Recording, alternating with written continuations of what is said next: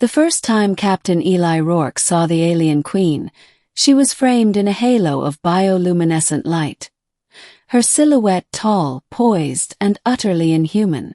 Her eyes, twin pools of silver, reflected the flicker of plasma fire from the battle outside her citadel. And when she spoke, her voice was soft, almost amused. "I don't like you," she said.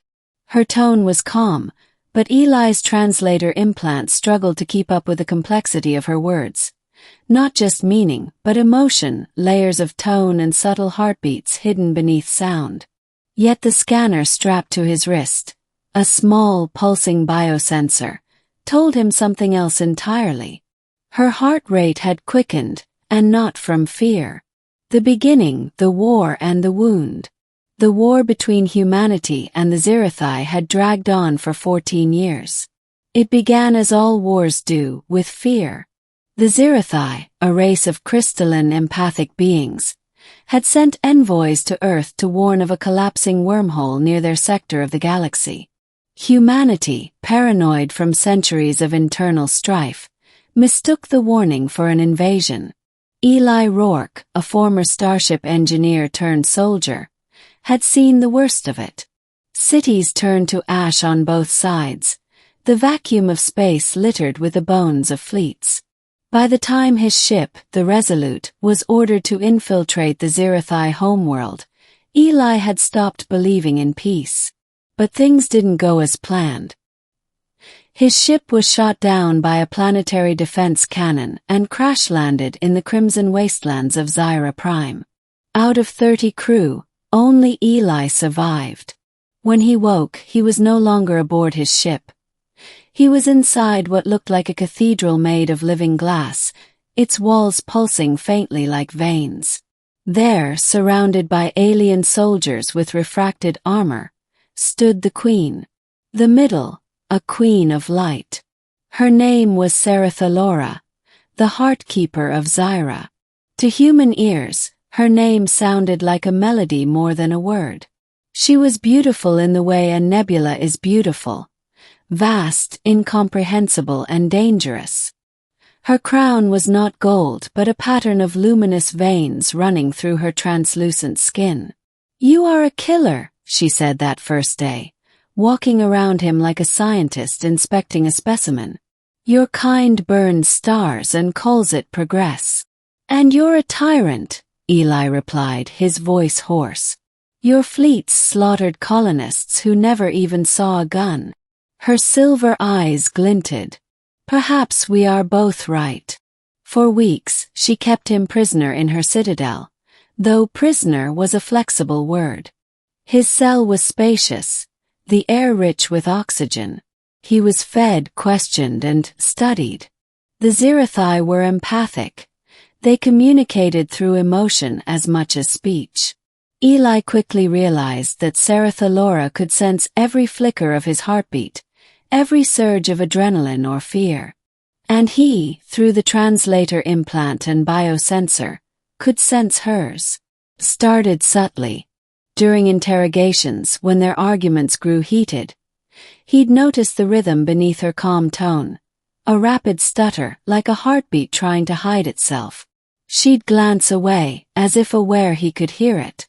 One evening, after another tense debate about the origins of the war, she asked him a question that broke the rhythm of hostility. "Tell me, Eli Rourke," she said softly, "why do humans fight so much?" He hesitated.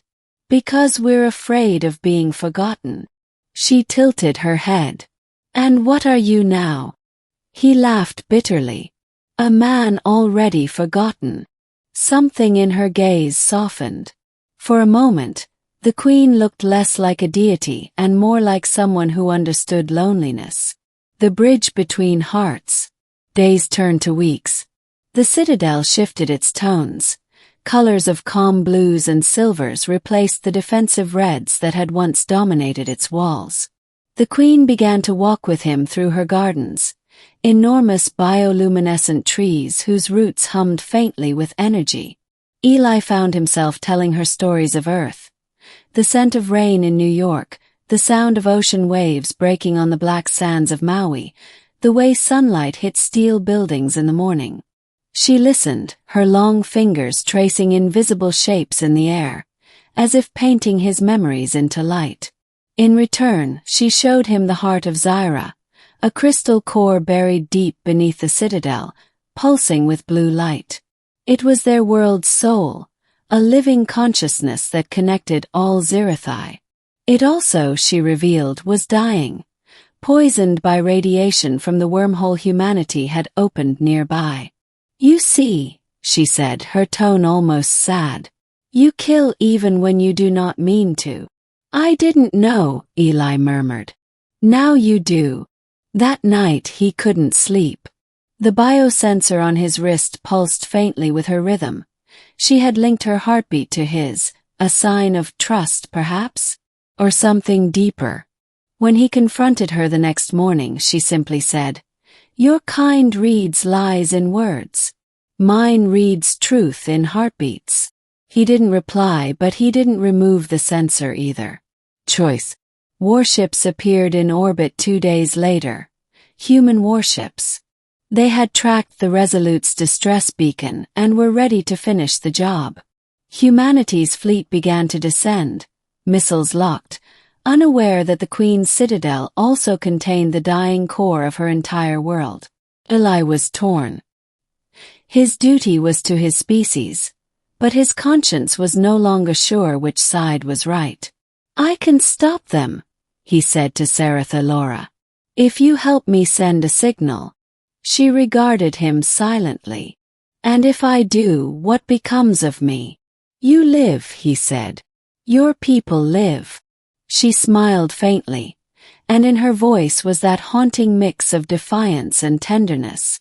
"I told you once I don't like you," she whispered, stepping closer, the bioluminescent glow of her skin reflecting off his face. "But my heart, it says otherwise." Before he could answer, she placed her palm against his chest. The pulse of her life merged with his. Data, emotion, and energy transferred between them, an impossible connection of two species, two souls. Together they sent the signal, a false distress beacon that redirected the human fleet into orbit around the collapsing wormhole. It saved Zyra Prime but stranded Eli's people in deep space, unable to return home. The effort drained her. When it was done, she collapsed, her light dimming. The ending, the heartbeat remains. Weeks passed. The Queen recovered slowly, her strength returning in flickers of silver light. The war was over. The wormhole had collapsed, sealing the front lines of both species. Eli remained on Zyra Prime, now a guest rather than a prisoner. He visited her often. She would sit upon her throne of living crystal, the faintest smile playing on her lips whenever he entered. "Do you still not like me?" he asked one day, half teasing. Her silvery eyes gleamed. "I like the silence between your words," she said. "And the rhythm behind your chest." Eli touched the sensor on his wrist. It still pulsed, synced with her heartbeat. "Guess we're stuck with each other then." "Perhaps," she replied.